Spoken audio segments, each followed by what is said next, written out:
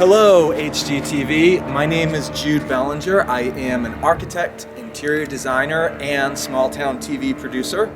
Design is a part of my soul because it has worked with me to define who I am as a person, who I am in my soul, and my life lessons have come through design. It's taken me a long time to find out my purpose in life, but my purpose in life is to appreciate beauty, to create beauty, and to share my love.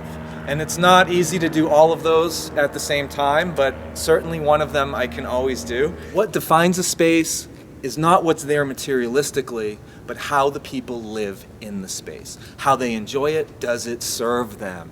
Is it more than something just beautiful to look at? It is more than something that is based on principles of architecture and great design. And what's design all about if it's not about the people that are living in the space? And those people, their highest good is going to be their purpose in life. Some of my greatest work has underlying meanings that inspired me to create, as well as that gives me the purpose, the longevity to carry through with all the trials and the challenges it takes to get something built in the world. And I'd like to show you some of my work today because I am the next design star. After I graduated at Wentworth Institute, I started working for an interior designer, Juan Pablo Molyneux. We did wonderful penthouses on the Upper East Side and some very exuberant homes. Here's an example of some of my work.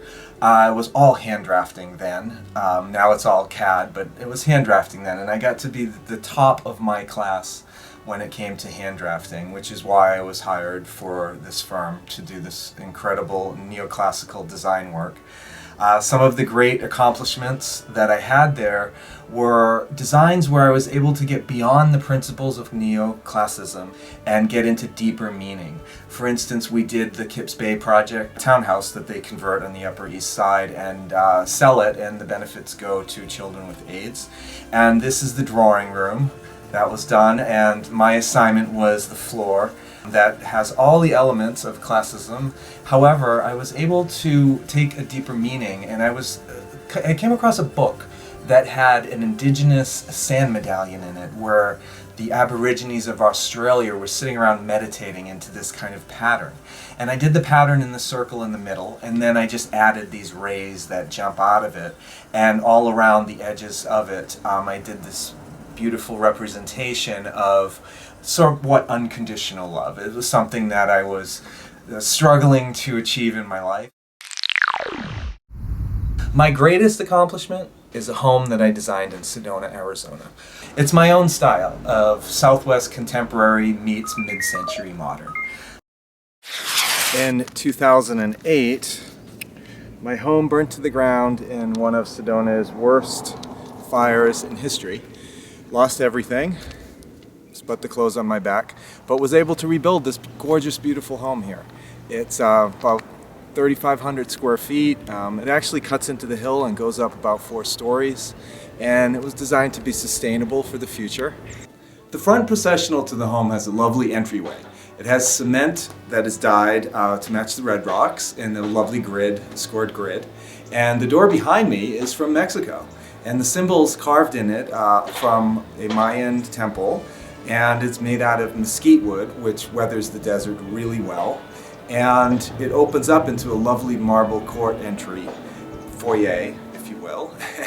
And that starts the processional up through the turret into the main area of the house. It's kind of this is the first level, and I'll take you in and take you upstairs. The Bali door is made of teak. Its carvings are from the different quadrants in Bali, and they all represent the sacred symbols of royalty. Through the Bali door is a little half bath, a little guest bath. Also, this living room is passive solar. Now we're gonna go up the stairs. Actually, what happens up here turns into mid-century because the roof line actually turns upward to face the view in the valley.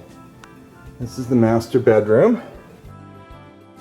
Again, 2 sinks, the dual flush toilet, and then over here is the shower, which has some nice glass block to let in the light, gorgeous rain shower, Now we're on the upper top level of the house. It's actually the 4th floor. There's these gorgeous carved doors. This is the turret from the upper level. It's actually 2 layers of rigid insulation that was screwed on, and actually they had to put grids all the way up and down it, and they just buttered it with the synthetic stucco. This part of the flat roof is actually enclosed. It was made to be put with rubber that would go to a downspout to a cistern to collect water. This is kind of that mid-century look up here where the roof just kind of tilts up and gives you that split level. Thank you, HGTV, for this opportunity for me to document where I am right now in my life, and also to share with you a concept of a show called Design with Purpose. Because great design comes from within,